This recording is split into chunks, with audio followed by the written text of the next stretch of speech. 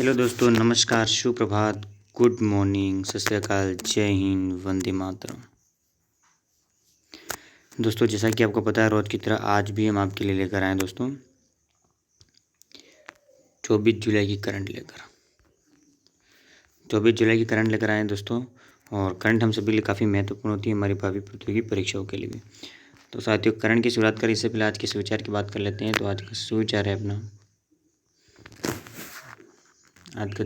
दोस्तों, उसकी बात करते हैं। आज का सुविचार है दोस्तों स्नेह।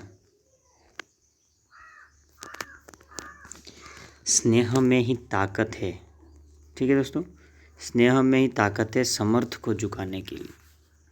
स्नेह में ताकत है समर्थ को झुकाने की, वरना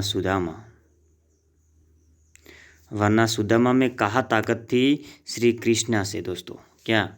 श्री कृष्णा से पैर धुलाने की।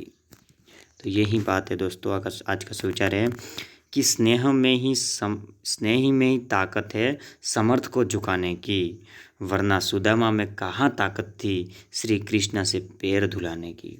तो दोस्तों, उम्मीद है कि आप इस विचार को समझेंगे, सभी से स्नेह से पेश आएंगे। तो आगे बढ़ते हैं अपनी करंट अफेयर को लेकर। साथ ही 24 जुलाई की जो पहली करंट है अपनी, उसकी बात कर लेते हैं दोस्तों। पहली जो करंट है अपनी वो है आयकर दिवस। तो आयकर दिवस 24 जुलाई को मनाया जाता है प्रतिवर्ष, और ये दिन है वो 1860 में भारत में आयकर का प्रशासन करने वाले पहले प्राधिकरण के निर्माण की वर्षगांठ का प्रतीक है। साथ ही आयकर विभाग है वो भारत में प्रत्यक्ष कर कानूनों जैसे कि आयकर अधिनियम, कालाधन अधिनियम और बेनामी संपत्ति लेन देन निषेध अधिनियम के प्रशासन के लिए जिम्मेदार है। आईएएस अधिकारी CK घरियाली की बात करें तो इनकी पुस्तक का विमोचन हो चुका है। सेवानिवृत्त आईएएस अधिकारी CK घरियाली की पुस्तक bank with a soul Equitas, ठीक है, इक्विटास को हाल ही में भारतीय रिजर्व बैंक के पूर्व गवर्नर दुवरी सुब्बाराव, ठीक है, दुवरी सुब्बाराव द्वारा जारी किया गया था। और डॉक्टर घरियाली एडिट यानी कि इक्विटास डेवलपमेंट इनिशिएटिव ट्रस्ट के संस्थापक ट्रस्टी है। साथ ही पुस्तक में वे लिखती है कि कैसे एक संस्थापक दृष्टि के रूप में उन्होंने इक्विटास को बैंकिंग से परे जाकर 30 लाख से अधिक महिलाओं को सशक्त बनाने में भूमिका निभाते हुए देखा है। फिलीपींस की बात करें तो गोल्डन राइस को मंजूरी देने वाला पहला देश बना फिलीपींस। तो फिलीपींस आनुवांशिक रूप से संशोधित गोल्डन राइस के व्यावसायिक उत्पादन को मंजूरी देने वाला विश्व का पहला देश बन गया है। और तो फिलीपींस द्वारा लिया गया निर्णय बचपन के अंधेपन का मुकाबला करेगा और विकासशील देशों में लोगों की जान बचाएगा। ये चावल विटामिन ए अग्रगामी, ठीक है, बीटा कैरोटीन से समृद्ध है, जो इन्हें और अधिक पौष्टिक बनाता है। भारत की विदेशी मुद्रा की बात करें तो भंडारण ने छुआ अब तक का उच्चतम स्तर। तो 16 जुलाई 2021 को समाप्त हुए सप्ताह में भारत का विदेशी मुद्रा भंडार $835 मिलियन बढ़कर $612.73 मिलियन के अब तक के नए उच्चतम स्तर पर पहुंच गया है। कोल भंडारण का बड़ा हिस्सा है वो विदेशी मुद्रा संपत्ति $463 मिलियन बढ़कर 568 से $748 मिलियन हो गया पॉइंट, ठीक है। और इससे पहले भंडार है वो 1,883 अरब डॉलर बढ़कर 611, ठीक है, 611.895 अरब डॉलर हो गया था, ठीक है दोस्तों। यानी कि आपको बता दूं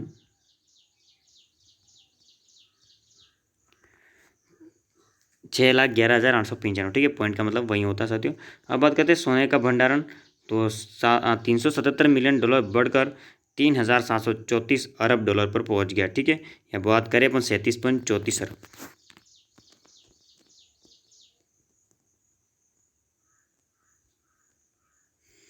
भारत दौरे पर आएंगे अमेरिकी विदेश मंत्री ब्लिंकन। तो अमेरिकी जो विदेश मंत्री एंटनी जे ब्लिंकन 27 और 28 जुलाई 2021 को भारत की यात्रा पर आएंगे। अमेरिकी विदेश मंत्री के रूप में कार्यभार संभालने के बाद सेक्रेटरी ब्लिंकन की ये पहली भारत यात्रा है। वह 28 जुलाई को विदेश मंत्री और राष्ट्रीय सुरक्षा सलाहकार से मुलाकात करेंगे। दोनों पक्ष मजबूत और बहुआयामी भारत अमेरिका द्विपक्षीय संबंधों की समीक्षा करेंगे। रक्षा मंत्री ने किया दिल्ली में आर्मेक्स 21 का समापन, ठीक है, 21 का समापन कर दिया है। रक्षा मंत्री राजनाथ सिंह ने 23 जुलाई 2021 को नई दिल्ली में भारतीय सेना स्कीइंग अभियान आर्मेक्स 21 का समापन किया है और देश और भारतीय सेना में साहित्यिक गतिविधियों को बढ़ावा देने के लिए आर्मेक्स 21 का आयोजन हिमालयी क्षेत्र की पर्वत श्रृंखलाओं में किया गया था। इस अभियान को 10 मार्च को लद्दाख के काराकोरम दर्रे से हरी झंडी दिखाकर रवाना किया गया और 6 जुलाई को उत्तराखंड के मलारी में इसका समापन हुआ। 5वां North East India East India जो है वो ट्रेडिशनल फैशन वीक में आई है। तो सामाजिक न्याय और अधिकारिता मंत्रालय ने 24 जुलाई 2021 को आभासी रूप से 5वें North East India traditional fashion week 2021 का आयोजन किया। दृष्टिहीन व्यक्तियों के सशक्तिकरण के लिए राष्ट्रीय संस्थान के पूर्वोत्तर भारत की कला और कारीगरों को बढ़ावा देने के लिए दिव्यांग आबादी और पूर्वोत्तर के हित धारकों के लिए कार्यक्रम का आयोजन किया गया और 2 दिवसीय कार्यक्रम का समापन है वो 25 जुलाई को होगा, यानी कि आज होने वाला। दोस्तों बात करते हैं सेंट पीटर्सबर्ग की। तो सेंट पीटर्सबर्ग पहुंचा है INS तबर, ठीक है, INS तबर पहुंचा है। बात करते हैं भारतीय नौसेना का जहाज तबर 22 जुलाई 2021 को रूस की 5 दिवसीय सद्भावना यात्रा के हिस्से के रूप में सेंट पीटर्सबर्ग पहुंचा और INS तबर रूसी नौसेना के 325वें नौसेना दिवस समारोह में भाग लेगा। और 25 जुलाई को रूसी नौसेना दिवस परेड के दौरान, यानी कि आज, INS तबर रूस के राष्ट्रपति द्वारा समीक्षा किए जाने वाले जहाज़ों के साथ शामिल होगा। बात करते हैं राजस्थान की। तो राजस्थान में जनजातीय उत्थान योजना के मंसूदे को मंजूरी मिली है। राजस्थान सरकार ने राज्य में समुदाय के उत्थान के लिए आदिवासी भागीदारी योजना के मंसूदे को मंजूरी दे दी है। यह योजना है वो 9 अगस्त 2021 को विश्व आदिवासी दिवस पर शुरू की जाएगी। योजना के तहत आदिवासी समुदाय के समावेशी विकास के लिए आदिवासी क्षेत्रों में रहने वाले लोगों की जरूरतों के हिसाब से काम किया जाएगा। और बात करते हैं ट्राइफ्लॉक्सीस्ट्रोबिन बनाने वाली पहली कंपनी की। तो breast crop science LLP BCS को ट्राइफ्लॉक्सीस्ट्रोबिन टेक्निकल के स्वदेशी निर्माण के लिए पंजीकरण प्रदान किया गया है, जो भारत में इसका निर्माण करने वाला पहला एग्रोकेमिकल उद्योग बन गया है। साथ ही पंजीकरण केंद्रीय कीटनाशक बोर्ड और पंजीकरण समिति द्वारा प्रदान किया गया है। और ट्राइफ्लॉक्सीस्ट्रोबिन मांग के आधार पर भारत का नंबर 1 कवकनाशी है और इसका बाजार आकार मूल्य भारत में 400 करोड़ रुपये है। बात करते हैं भागीरथी अम्मा की। तो भागीरथी अम्मा का निधन हो चुका है। Great granny of letters Bhagirathi अम्मा 107 कोल्लम का 23 जुलाई 2021 को निधन हो गया और वे केंद्र सरकार द्वारा प्रतिष्ठित नारी शक्ति पुरस्कार की प्राप्तकर्ता थी। उन्होंने 2019 में राज्य द्वारा संचालित केरल राज्य साक्षरता मिशन KSLM द्वारा आयोजित 4वीं कक्षा की समकक्ष परीक्षा को पास करके सबसे उम्रदराज छात्रा बनकर इतिहास रच दिया था। 2019 की बात है दोस्तों। बात करते हैं दिसंबर से चालू हो जाएंगे 35 नए SO। तो national centre for seismology NCS ने दिसंबर 2021 तक 35 नई भूकंपीय वेधशालाओं SO को चालू करने का निर्णय लिया है और जिससे इनकी संख्या 150 हो जाएगी, ठीक है। और मार्च 2026 तक अतिरिक्त 100 नई वेधशाला स्थापित की जाएगी।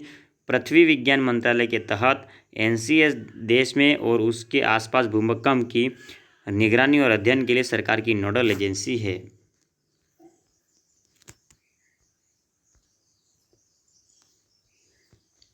और राजस्थान सरकार की बात करें तो सबसे बड़ी ली-ओइन बैटरी फैक्ट्री होगी स्थापित। तो लोहम ने ग्रेटर नोएडा में भारत की सबसे बड़ी 3GWH LiION बैटरी फैक्ट्री स्थापित करने की योजना बनाई है। और लोहम क्लीनटेक विश्व की अग्रणी ली-इयोन बैटरी कंपनी में से एक है। साथ ही बात करें तो प्रस्तावित कारखाना प्रति वर्ष है वो 1 GWH से 1000 मेगावाट और 2 GWH और 2000 मेगावाट जो है रिसाइकलिंग की बैटरी निर्माण क्षमता को भी एकीकृत करेगा। इस सुविधा में 300 करोड़ रुपये से अधिक का निवेश किया जाएगा। तो भारत में नवीनीकरण एकीकरण 2021 की बात करें तो 22 जुलाई 2021 को नीति आयोग और IEA अंतर्राष्ट्रीय ऊर्जा एजेंसी द्वारा संयुक्त रूप से भारत में नवीकरणीय के लिए, ठीक है, नवीकरणीय के लिए एकीकरण 2021 पर एक रिपोर्ट जारी की है। और रिपोर्ट इन अक्षय समृद्ध राज्यों द्वारा सामना की जाने वाली विशिष्ट ऊर्जा परिवर्तन चुनौतियों को समझाने के लिए महाराष्ट्र, कर्नाटक, गुजरात की सरकारों के साथ आयोजित 3 राज्यों की कार्यशालाओं के परिणाम पर आधारित है।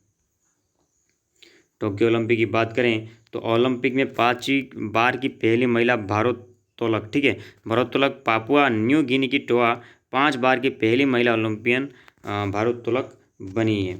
साथ ही जब 2000 में महिलाओं के भारोत्तोलन को ओलंपिक खेल के रूप में पेश किया गया था, पापुआ न्यू गिनी के तत्कालीन 16 वर्षीय लोआ डिका टोआ पहली महिला ओलंपियन भारोत्तोलक बनी थी।